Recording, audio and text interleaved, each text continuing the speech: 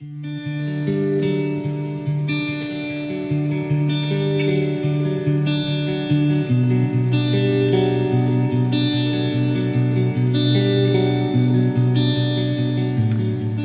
hello Queen's Park, my name is Noah Bateman. For those of you who don't know me, I am a member of the youth at Queen's Park Baptist Church. Brody has asked me if I'd be willing to do the devotion for this week. Obviously I said yes, and the title for this week is Preparing the House. So we're going to be looking at how these passages in the Bible link to this theme, if you will.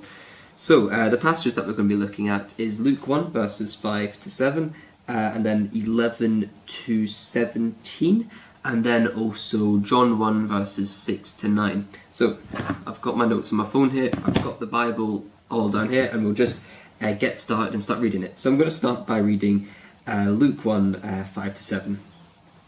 In the time of Herod, king of Judea, there was a priest named Zechariah who belonged to the division of Abijah. I don't know how to pronounce that, sorry. His wife Elizabeth was also a descendant of Aaron. Both of them were righteous in the sight of God, observing all the Lord's commands and decrees blamelessly. But they were childless because Elizabeth was not able to conceive, and they were both very old. So there's not a lot going on in this opening wee bit, but I'll try and unpick it for you. And basically, it's right to say there's not too much going on, because this is literally just setting the scene for the Christmas story. It's quite interesting. They don't actually Luke, when writing this, doesn't actually go straight in and talk about Mary, Joseph, or Jesus, but they go in and they start to talk about Zechariah and Elizabeth, and this couple who obviously then give birth to John. But we don't know that yet. John isn't announced. But that's very, very interesting. That is actually the first people that we hear about. It's not actually the main character or anything like that. Something else that's quite interesting to point out is the fact that Aaron was mentioned. And whilst that might not seem kind of interesting at the beginning, when you think about it, it's actually linking back to the Old Testament, and it links the Old Testament to the New Testament quite nicely and shows the transition. The opening lines, in the time of Herod, king of Judea, there was a priest named Zechariah. This is quite interesting.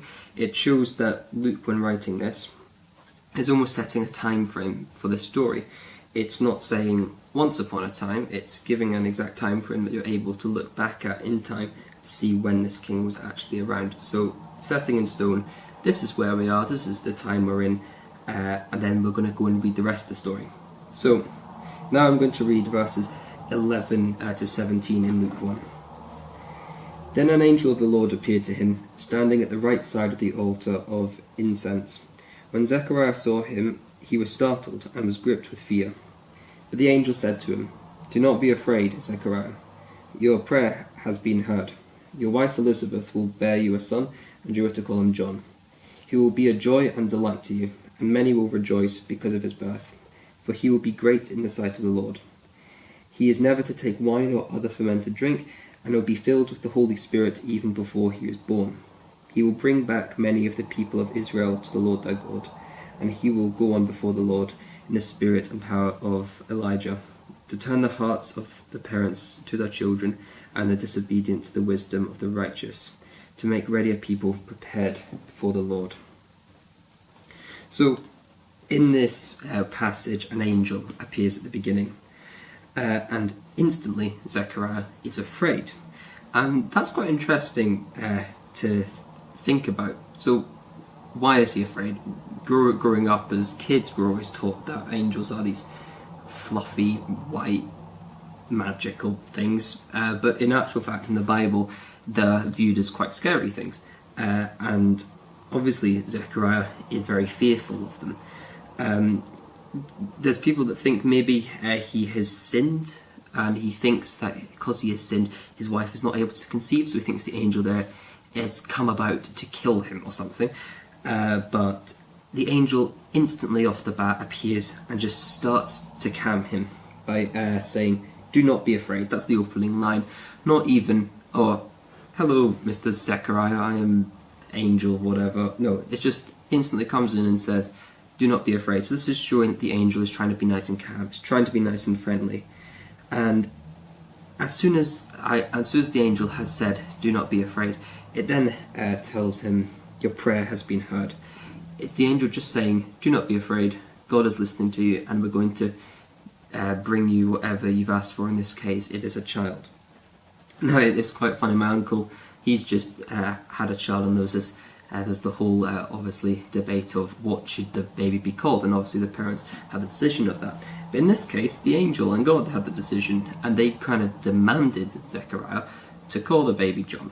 Now, this obviously shows that God wanted the baby to be called John for a reason.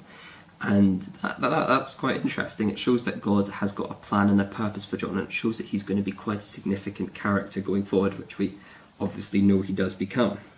So the rest of this passage basically just explains what is to come of John and what people can expect from John.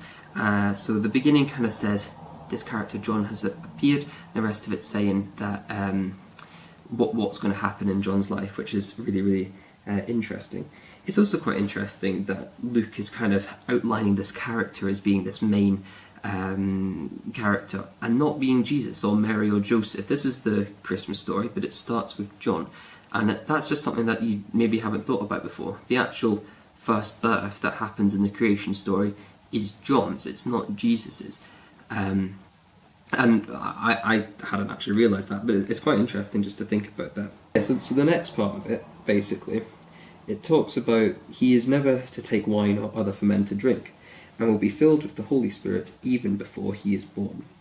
And that's quite significant, because in those times, drinking, it was quite popular to drink. You drank basically with every single meal. You had wine at every meal whenever you ate. So for somebody not to drink, it's either as a vow to somebody or you're doing it for God. So it's clearly setting John apart from normal people, if you will. And it's quite interesting that Luke says drinking, but then instantly, on the contrasting side, then talks about the Holy Spirit, almost showing that they are polar opposites of each other. Which is maybe something to think about going into Christmas.